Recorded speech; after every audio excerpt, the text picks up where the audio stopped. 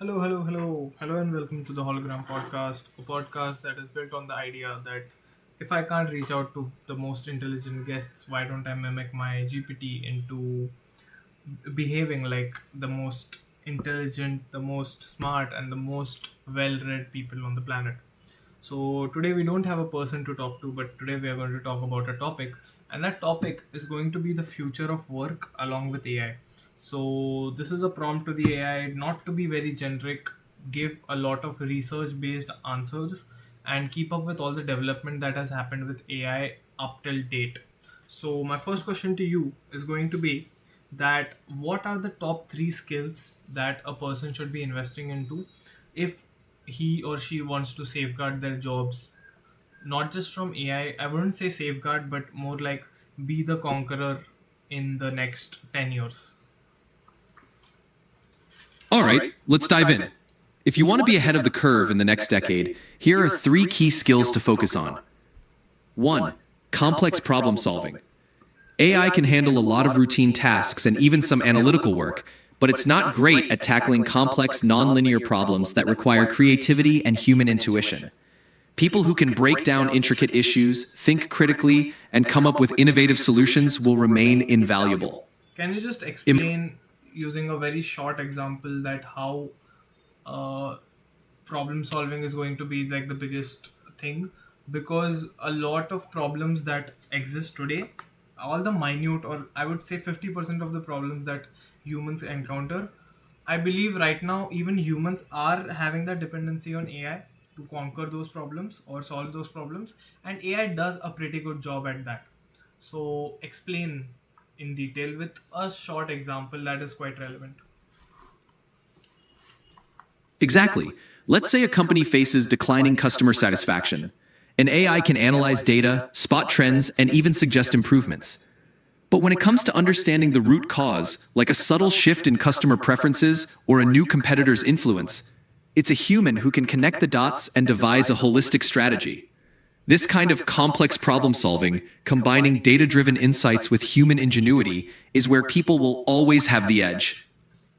What stops AI from getting as smart as that particular level of problem solving to reach that particular level of problem solving?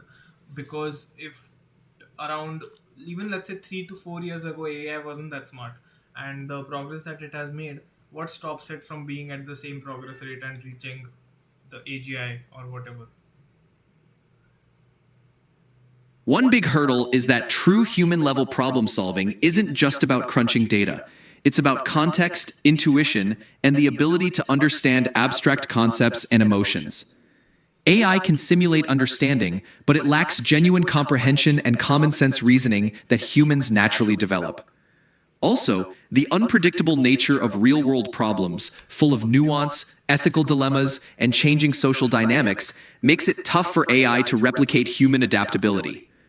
The progress is impressive, but there's still a gap between mimicking human behavior and truly understanding and solving problems the way humans do. Fair. But here's a concept that I read about recently, which is intellectual obesity. So, what is currently happening is that people are consuming a lot of AI generated content, and they're relying a lot on ChatGPT and all that stuff, which is causing human intelligence to kind of rust upon. First of all, confirm that with studies whether this is genuinely happening or not. And if that is happening, what are some ways, real practical ways, act like a neuroscience expert and suggest ways that one can a have actual original thoughts, and two, not be in the herd mentality of people who are just thinking like AI.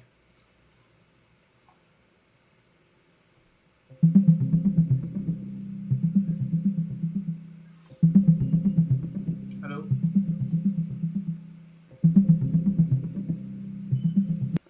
Hi there. I just want to share how obesity refers to the overconsumption of shallow AI generated content, which can lead to a decline in deep thinking and creativity. Studies suggest that relying heavily on AI generated information can weaken critical thinking, shorten attention spans, and reduce originality. To counter this, it's important to choose quality sources, practice deep work, balance creation with consumption, and use AI as a tool rather than a crutch. By being intentional about how we consume information, we can maintain our intellectual sharpness even in an AI-driven world.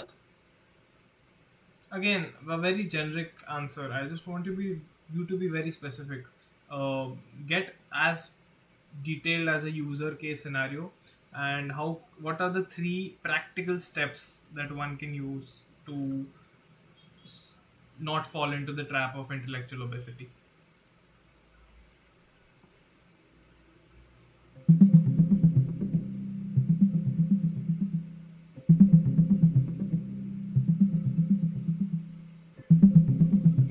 There seems to be an issue. Yes. Hi there. I just want to share. All right, let's get specific. Imagine someone who relies heavily on AI generated content for news, ideas, and even creative prompts. Over time, they might notice their original thinking and creativity taking a hit. Here are three practical steps to avoid falling into that trap. 1. Set information diet rules. Limit your daily intake of AI generated summaries or content. For instance, if you read news through AI curated feeds, balance it with original sources or long form articles from reputable publications. This helps you engage with diverse viewpoints and think critically about the information you consume. 2. Practice active creation. Dedicate time each day to generate your own ideas without AI assistance. Whether it's journaling, brainstorming, or working on a personal project, this habit helps you maintain and sharpen your own cognitive abilities. Engage in deep work and reflection. Regularly set aside time for deep, uninterrupted work on challenging tasks that require sustained focus. Reflect on what you learn and think about how it connects to your own experiences. This practice not only strengthens your critical thinking, but also nurtures original thought. By being intentional about how you consume and create information, you can keep your mind agile and avoid the pitfalls of intellectual obesity. Can you describe intellectual obesity from a neuroscience point of view, and how can just explain intellectual obesity from a neuroscience point of view, such that even a 15-year-old can understand it? Sure, think of your brain like a muscle. When you challenge it with deep thinking, problem solving, and creativity, it gets stronger and more capable. But if you only feed it easy, pre-digested information, like a constant stream of AI-generated content, it's like giving your brain junk food. This can lead to what's called intellectual obesity, where your brain gets lazy and less capable of deep, original thinking. From a neuroscience perspective, constantly consuming easy, shallow content means you're not activating the parts of your brain responsible for critical thinking, creativity, and problem solving. Just like muscles weaken from lack of exercise, your brain can become less sharp if it's not regularly challenged. To keep your brain in top shape, you need to give it a balanced diet of information. Mix in challenging reading, creative activities, and problem-solving tasks. This way, you maintain your brain's ability to think deeply and come up with original ideas. Got it. If we talk about a balanced diet of information for the brain, and imagine you are an expert neuroscience, what would you recommend?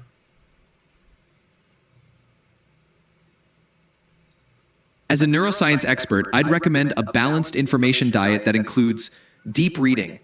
Regularly read in-depth articles, books, or research papers on topics that interest you.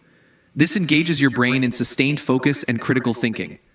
Creative projects. Spend time on hobbies or projects that require original thought, like writing, painting, coding, or building something. This keeps your creative muscles active. Mindful reflection. Take time to reflect on what you've learned and how it applies to your life. Journaling or discussing ideas with others helps solidify your understanding and generates new insights. By mixing these elements, deep focused learning, creative expression, and mindful reflection, you keep your brain healthy, agile, and ready to tackle complex challenges. Interesting. Can you explain a little regarding how big of a problem has this intellectual obesity gotten? Is it really a serious problem, or is it something that is just an hype or early panic? If yes, help with numbers.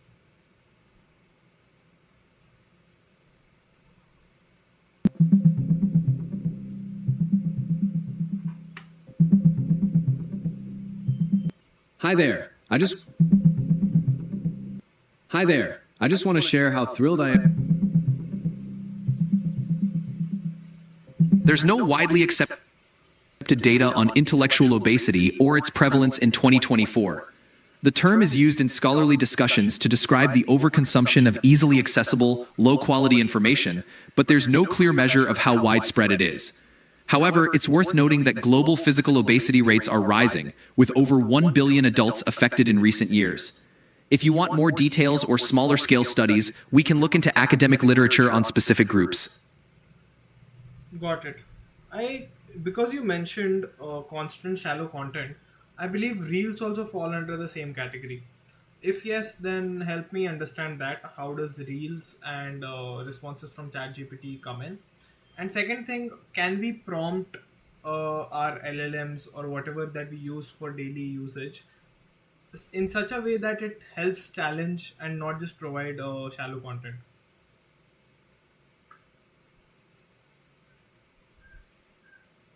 Absolutely. Short-form content like Reels often falls into the shallow content category because it's designed to be quick, entertaining, and easily digestible. This can lead to a habit of skimming information without engaging deeply, which can weaken attention spans and critical thinking over time. When it comes to using LLMs like ChatGPT, you can definitely prompt them in ways that encourage deeper thinking. 1. Ask for analysis and synthesis. Instead of just seeking quick answers, ask for detailed analyses, comparisons, and the reasoning behind certain concepts. This pushes the model to provide more thoughtful, layered responses. 2. Encourage critical thinking. Frame your questions in a way that requires the LLM to consider multiple perspectives, weigh pros and cons, or connect different ideas.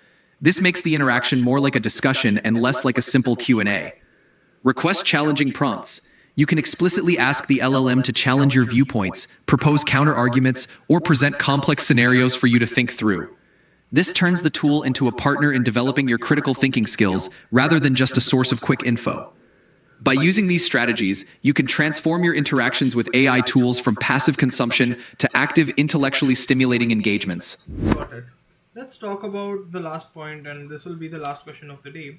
Can you suggest 3 to 4 debate topics that we can have on this podcast itself that falls under the niche of this podcast as well, and can be an interesting debate or intellectually challenging opinion between a human and an AI?